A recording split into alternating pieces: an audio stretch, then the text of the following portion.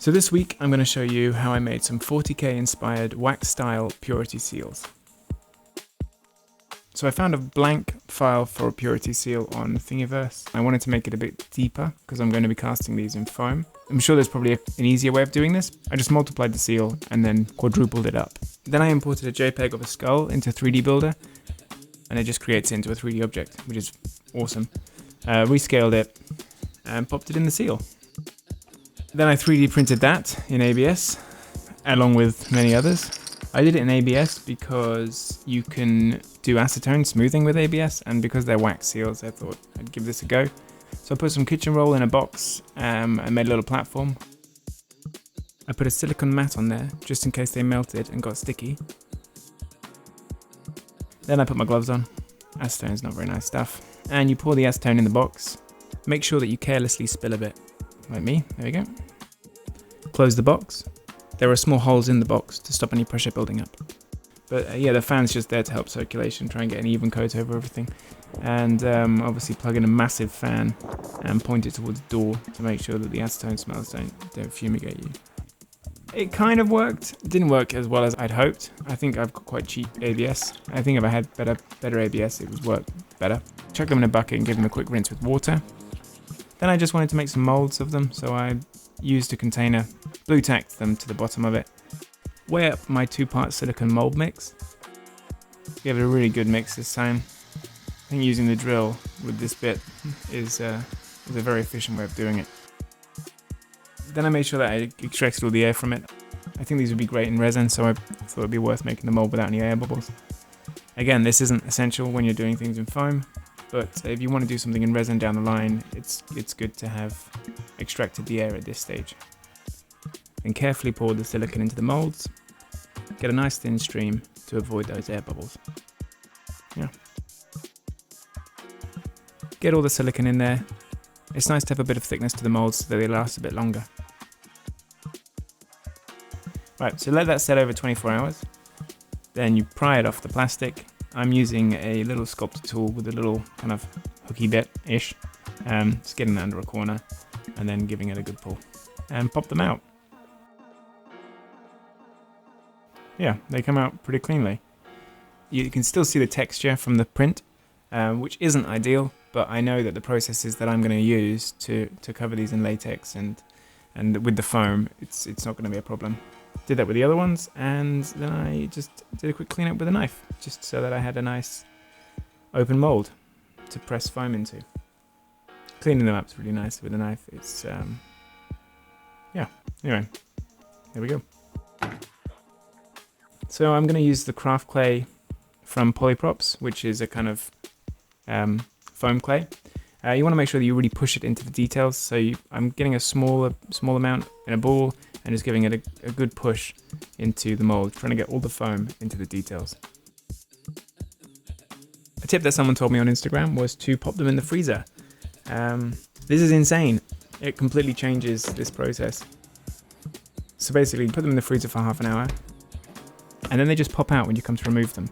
Usually clay foam takes ages to dry, and what I had been doing was waiting for them to dry overnight, then attempting to demold them. This usually resulted in them breaking if they were totally dry, or warping if they were still a little soft. By freezing them, you can pop them out after half an hour, and then put them somewhere to dry, and get straight back onto another batch.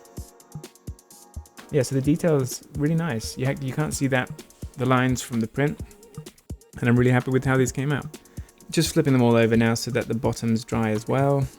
Didn't need to do over 80 of them, but I got a bit carried away with the freezer process. Let them dry for a night, 24 hours, and then I needed to go about trimming the excess. So I simply just used a pair of scissors and I just cut away the bits where I'd overlapped the mold. Tidied them all up. Right, now I need to work out how to get latex onto them. Putting latex on anything is a bit of a tedious process. When it's so small, it's even more so. I'm just using double-sided tape to stick them to a long strip.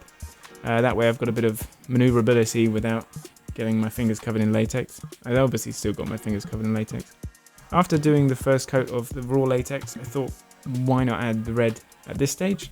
So I've added just basic acrylic paint from Amazon, and I'm giving it a good stir It'll dry a lot darker than this, especially as the base color is black. But anyway, yeah, I'm getting it on there. It doesn't need to be too thick at this stage because I'm going to do a couple of layers. I probably, again, didn't need to do too many layers. I wanted to make sure that they are durable because clay foam can be quite brittle when it dries. But with the latex, the idea is that they'll have some flexibility without splitting. Then I had to carefully cut the latex and take off each one individually. This was very tedious, but it's part of the process. I mean, there must be a better way of doing this. Usually with big weapons, you hang the weapon on an area that you're not latexing, and then you can just go mental with the latex, and everything's fine. But these are obviously going to be 100% covered in latex, so I don't know if there's going to be an easy way of doing it. Anyway, let that side dry, then I give the back side a coat with latex, get them on a little wooden block, and give them a clear coat. This stops the latex from being tacky. Latex sticks to latex really easily, so if you touched two of these seals at this stage together, it would probably peel the latex off, which gets very frustrating. Again, this is flexible clear coat, so this will also add to their durability and flexibility. I want to make sure the front and back are both done. Then I came in with my airbrush just to give them a bit more of a consistent color over the whole seal.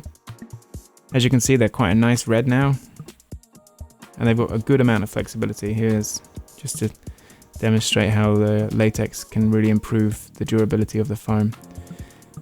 Here's just a foam one without any latex. It just splits without much effort whatsoever.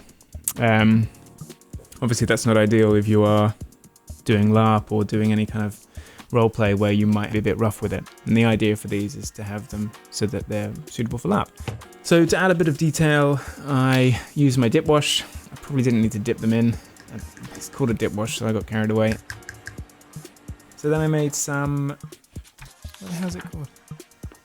Hang on.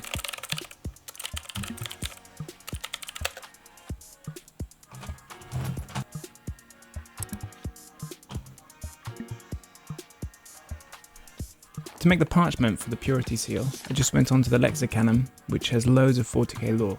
And there's loads of quotes on there that you can just simply copy and paste and make into these little scrolls. I used a load of icons as well. Added a bit of a texture to the background, printed that out, scrunched it up, flattened it out again. Here's one that I covered in tea as well before printing. I think this is the one that I'm going to use. It's simply just a tea bag, you know, the old weathering technique. Anyway, smash that all over it, let it dry, then put it through the printer so that the ink doesn't run by applying the wet tea bag after.